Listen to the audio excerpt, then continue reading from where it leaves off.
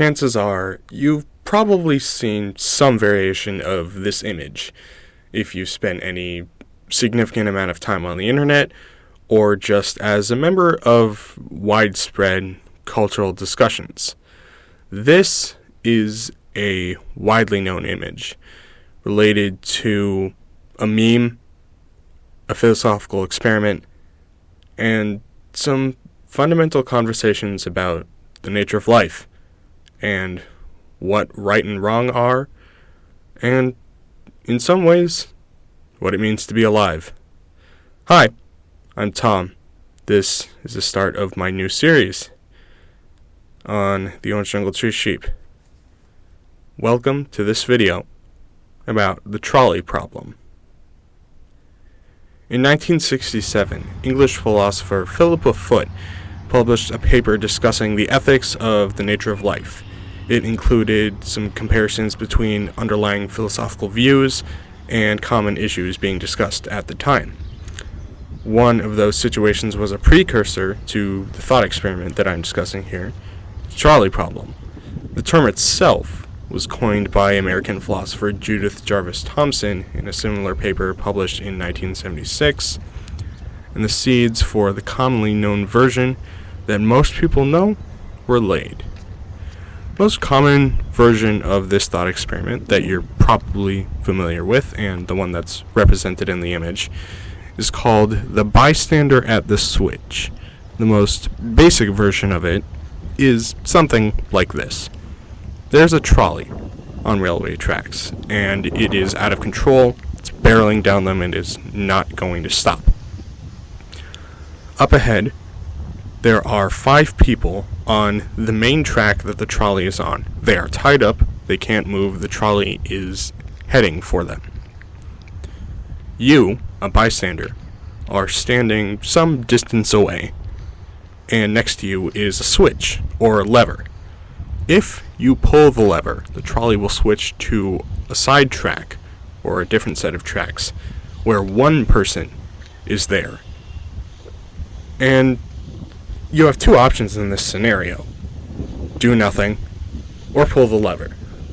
You're probably familiar with this at some point, hearing discussions of people saying, oh, do you pull the lever or not? Who do you decide to kill, the 5 people or the 1? But in my opinion, the wider cultural perception of this does not truly capture, at least, the lessons that can really be taken from it, and it does not capture the implications of such a situation fully. And I think it is important that we do so, or at least we make some attempt to do so.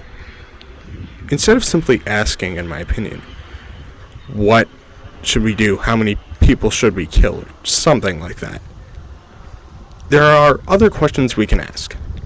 What is the more ethical option? Is there a more ethical option? Is there any right course of action according to our sense of right and wrong? Is a sense of right and wrong even something that it would be appropriate to apply here? That's what I'm gonna try to figure out, honestly.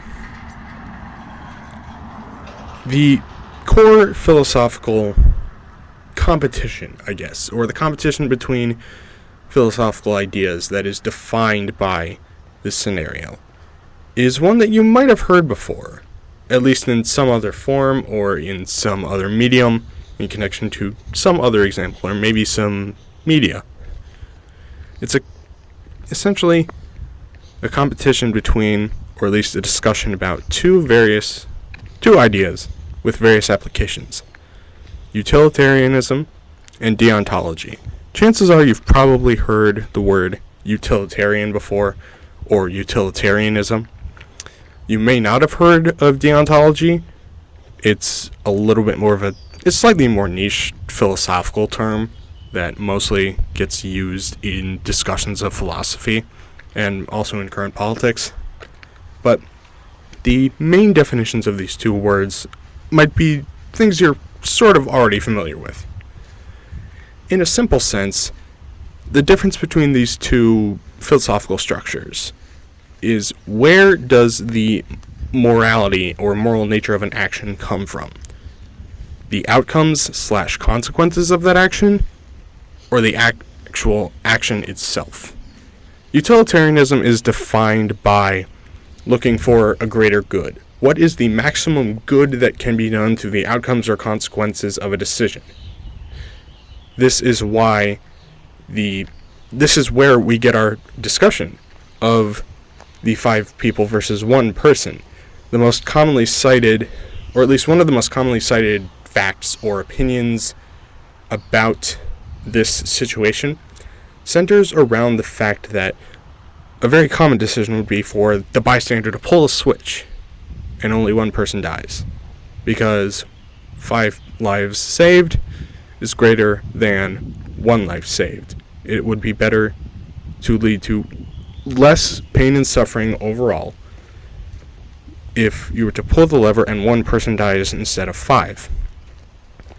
According to a utilitarian view, that would be the ideal action.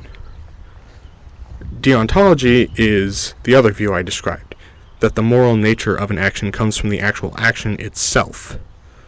The main contention being, if you pull the lever, leading the trolley to kill the 1 person, you directly committed that act. And as it would be wrong to intentionally kill or take the life of another human being, it would be inappropriate to do so. That discussion is usually where the common conceptions of this typically end. And I feel that a lot often gets said about this thought experiment without a ton of underlying exploration or real true insight into what's going on. And that's not a criticism necessarily of people for not delving into it and being interested in some rather niche philosophy. No, that isn't quite what I'm saying. What I'm saying is that this discussion to me often feels so limited. Like it just stops there and typically doesn't go any further. It feels like there's a lot that could be done for a much more enriching and engaging conversation to come out of this. And that's what I'm here to discuss. For starters, the idea of kill 1 person or 5 people has spread way beyond this. It's quite simple, but I don't think it quite captures all of what's going on. The ethics of what is happening is something that has been widely discussed for many years among various philosophers, all subscribing to different beliefs. And the ideas of what is going on have been reconsidered and reconsidered so many times, applied to so many different situations, but the thing that everybody knows is kill 1 person or kill 5 people. That doesn't quite capture it, in my opinion, because you are a person at a switch. You're a bystander, at least in this situation.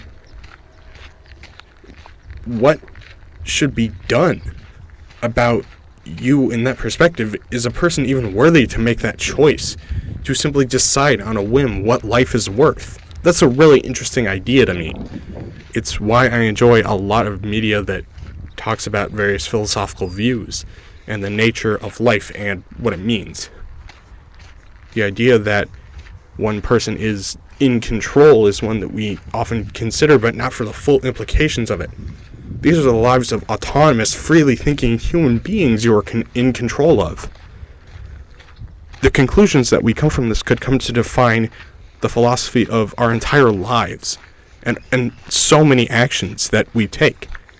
But as the internet does, as wider culture does, so much is simply forgotten for this one simple look at it. I would like to change that, hopefully. Or at least maybe contribute to it. I don't know. Hopefully I could at least make this a little bit more interesting, or come up with some kind of idea, because the importance of this topic is one that I think is glossed over a lot in favor of the thing that everybody already knows.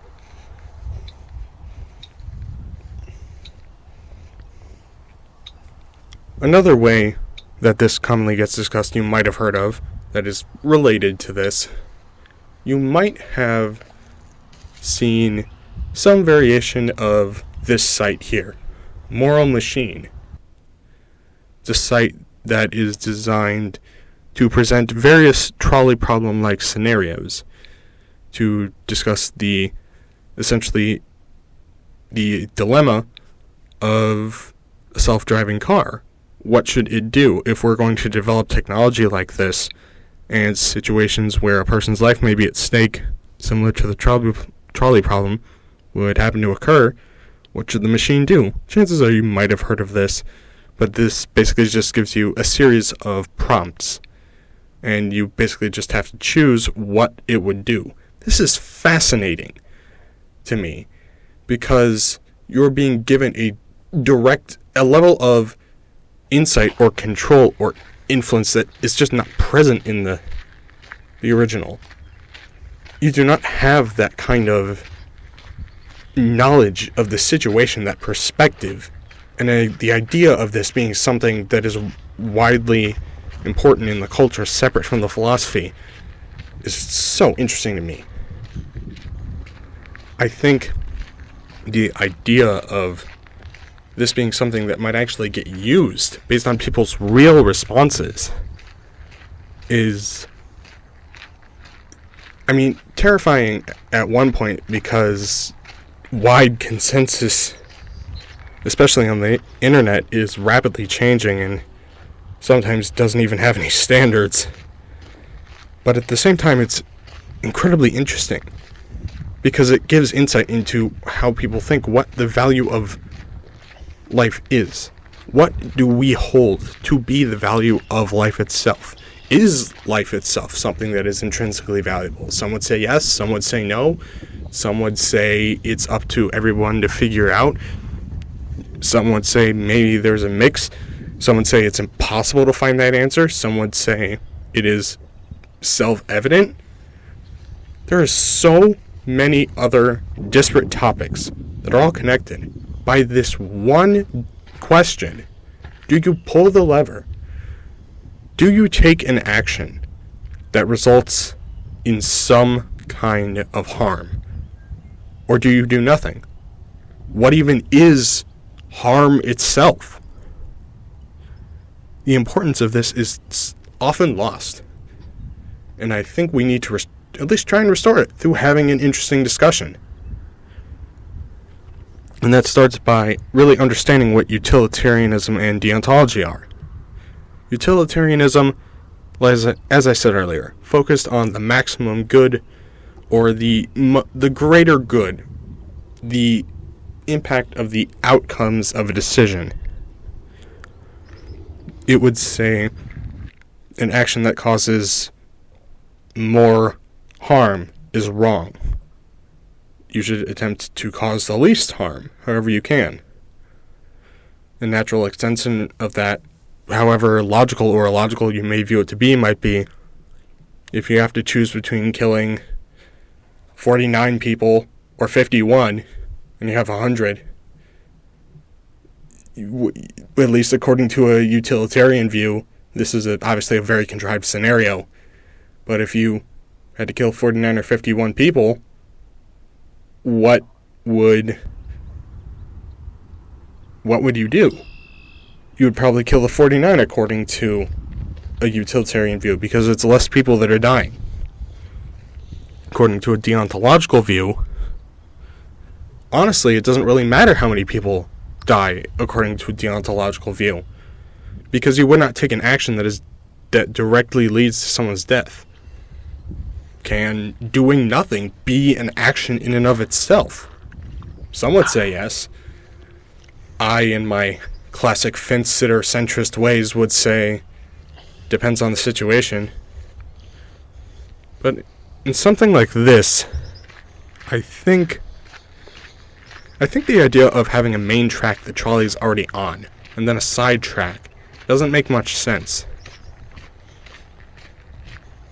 What makes the most sense is that it's on a track that splits in two, and that is a a better illustration of the pure differences between utilitarianism and deontology, at least. Because it seems like the deontological perspective is getting the short end of the stick in the standard situation, because it's you did nothing. How dare you do nothing? How dare you not try to protect the people or do anything to try and save life, to preserve life, which we all, pretty much everybody everywhere agrees is valuable. If someone does not believe life is valuable at all, that would be a very interesting discussion. I would actually like to explore a view like that at some point if I ever get the chance. If there is anybody out there who truly believes that, it would be interesting to see what they actually think about the course of life. But anyways, getting back on track.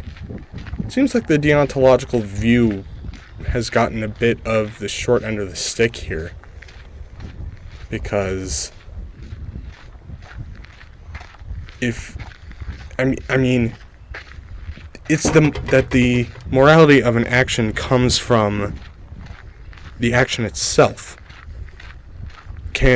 Should doing nothing be considered the same action as pulling the lever? I would say in this situation, for the purposes of the situation itself, I suppose so.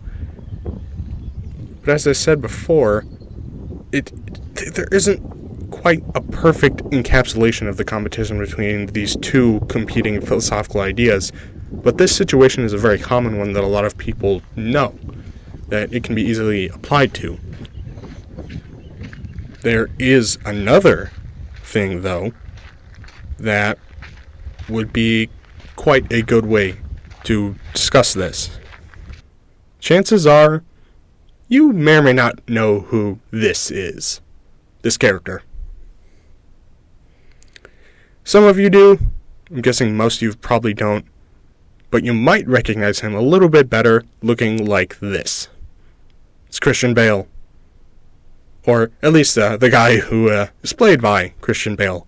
This is Gore the God Butcher, a Thor villain and Marvel Comics character who most recently gained some wider cultural exposure through being the main antagonist in Thor Love and Thunder. 3 out of 10 movie, by the way. I didn't like it, at least. I know some people liked it, and I get why, but I really did not like this movie. Gore the God Butcher was the main villain of this movie. The main antagonist. Antagonist and villain, the difference between that is a whole other can of worms. But you probably remember him for the thing, or at least the main thing he wanted to do. Kill a bunch of gods. There's a lot to discuss about Gore and the morality of his actions, but I believe it can be applied to this discussion. It's actually a very direct demonstration of this discussion. If you want a more comics-focused look at this and the implications of it, I would actually recommend this video by the channel The Imaginary Axis, one of my favorite channels on YouTube who discusses interesting ideas about comic books and anime and video games. It's a very interesting video. I'm kind of taking inspiration from that video to make this. But the main thing about Gore, the character of Gore the God Butcher, is the fact that his vow, at least in the movie, I do not recall exactly what he says in the comics, but he says, "This is my vow, all gods must die." Because in his moment of need in the movie, and throughout his life in the comics, the gods who were supposedly supposed to care for and answer the prayers of the people who believed in them, they weren't there. And he says because of this, because they failed, and because he has the power to do so, they must pay for it. Gore, some interesting wordplay there. Gore is essentially putting forth a utilitarian view. He is because of the greater good that would come from gods being removed from reality, the actions of his killing them are justified. But a deontological view would respond by saying, is killing wrong? No, excuse me. A deontological view might respond by saying, killing is wrong in this scenario. Yes, there may be a lot of deities who, in the Marvel Universe, and especially Gores, who didn't do their jobs right. But is killing even appropriate? Killing is wrong. I think pretty much everybody everywhere considers violence for no reason to be wrong. Is that even a possible action that should be considered at all? The idea of that is something I find so interesting. The idea of whether or not life deserves some kind of resolution or control, or whether it is appropriate for someone to have control over someone else's life. That's a fascinating idea. It's why I enjoy my favorite book series so much.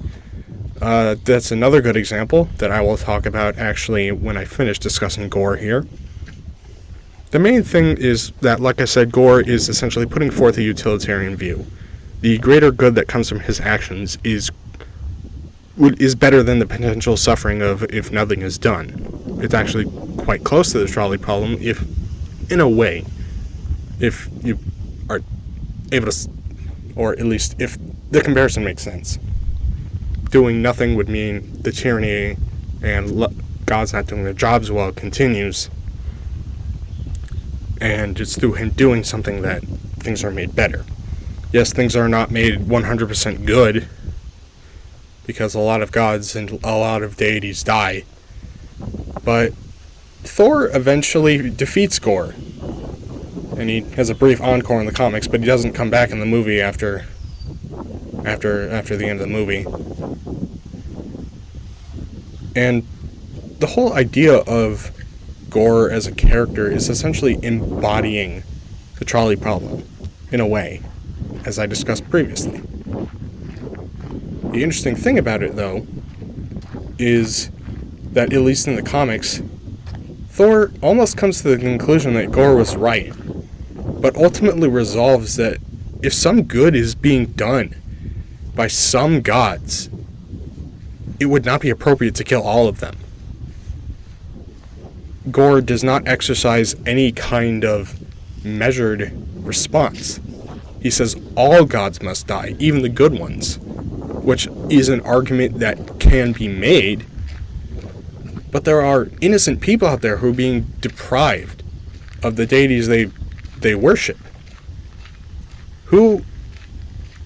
Does anyone have the right to truly be in control of that? I think that is the question that Gore the God Butcher as a character really poses. I'd say no. At least it isn't appropriate in this situation. Thor says no because he defeats Gore. But the idea of this in connection to so many other things is something else I find incredibly interesting. Does anybody have the right to be in control of life? What even is the value of life?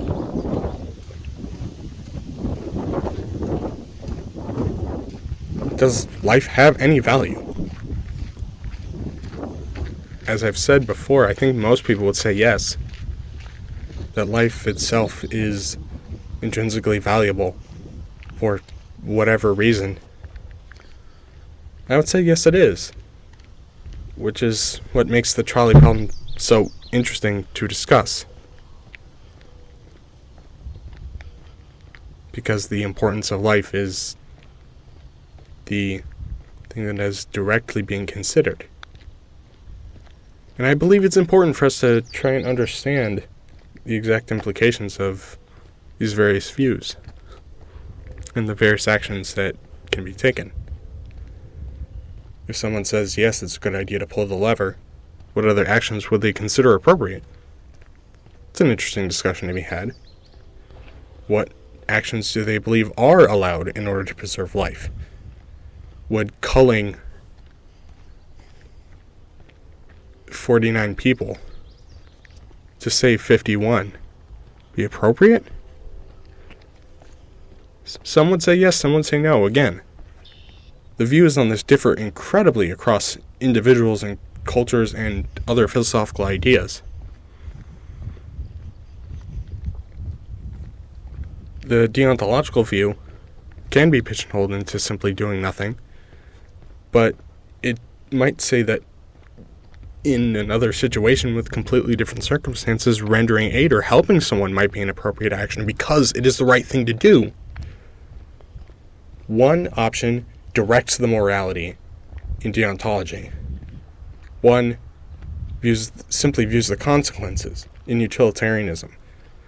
I believe a more appropriate view, at least in my opinion, or one that makes the most sense to me personally, and this is something I've spent a lot of time thinking about, is one that weights both. Put both on a scale, see which one is heavier, in a manner of speaking.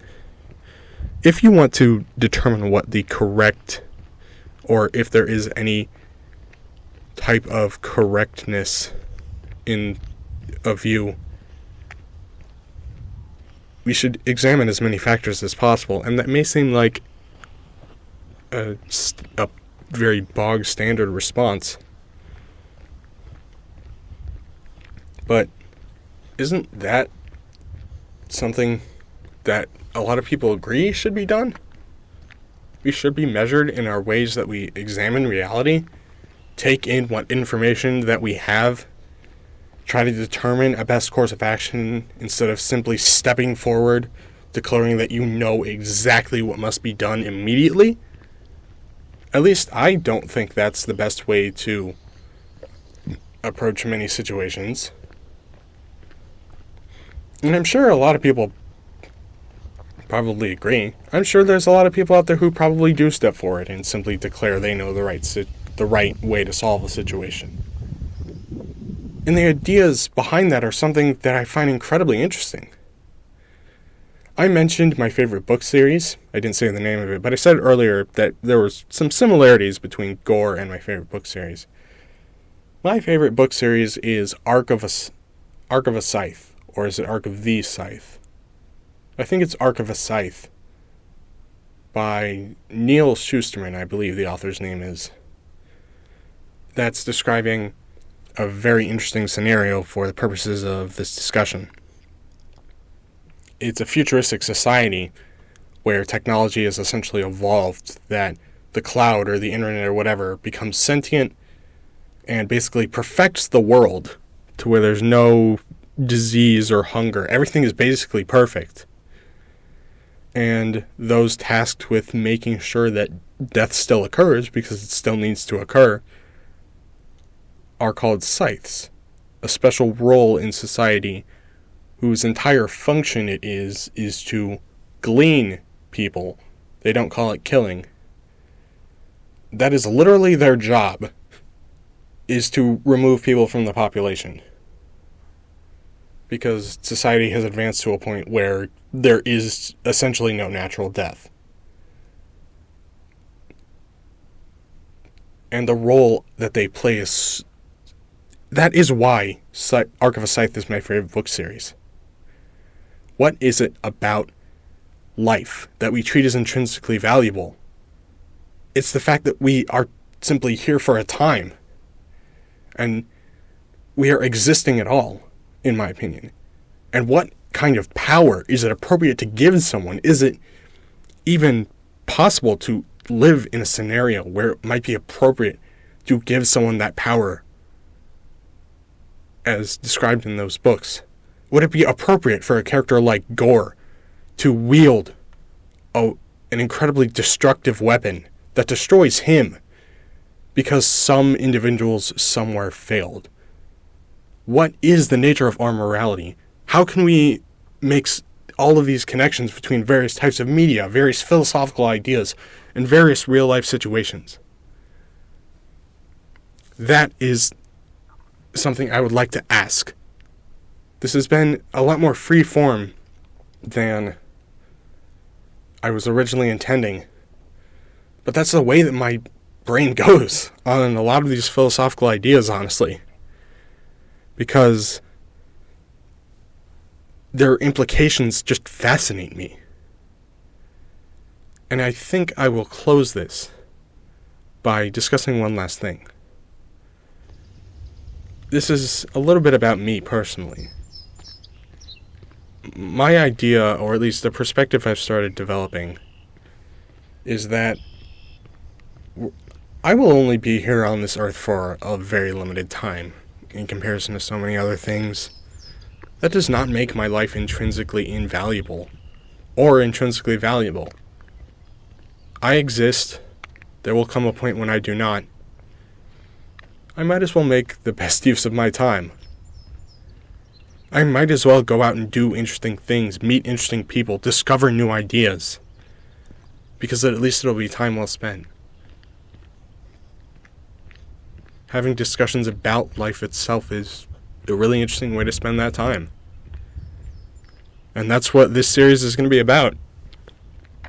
I believe the trolley problem is important because it's a gateway to so many other things. That is what its core appeal is. It's a connection point between so many other ideas. I discussed two major examples from media and two competing philosophical ideas. There's so much else you can connect to it. The trolley problem is a good jumping off point for so many discussions of philosophy. And that's why I find it so incredibly fascinating to think about.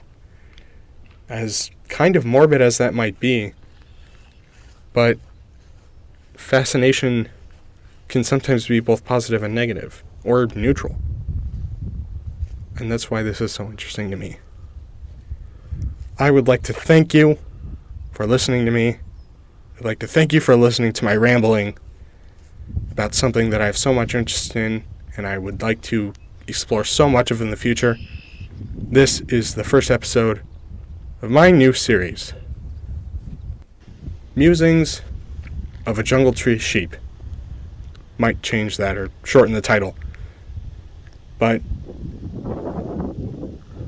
this will be simply my exploration of various philosophical ideas, as well as history, and as well other examples of literature, for what they can teach and what ideas they put forth.